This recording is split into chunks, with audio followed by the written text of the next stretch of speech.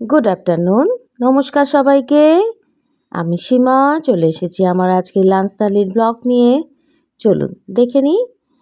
মাকে খেতে দিয়েছি ওইটুকুনি ভাত, ডাল আর পেঁপে সেদ্ধ, সঙ্গে একটু আলু সেদ্ধ দিয়ে খাবে বললেন। আজকে মাছ খাওয়ার ইচ্ছে নেই।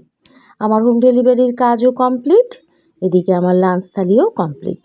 চলুন শেয়ার করে নিই আপনাদের সাথে। আজকে সোমবার, নিরামিষ, তাই আমি একটু খিচুড়ি বানিয়ে ফেলেছিলাম।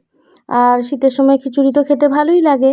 ওপর থেকে ঘি ছড়িয়ে নিয়েছি, সব রকম সবজি দিয়ে একটা ঘন্ট, পাঁপড় ভাজা আর চাটনি, সঙ্গে জলও দিয়েছি।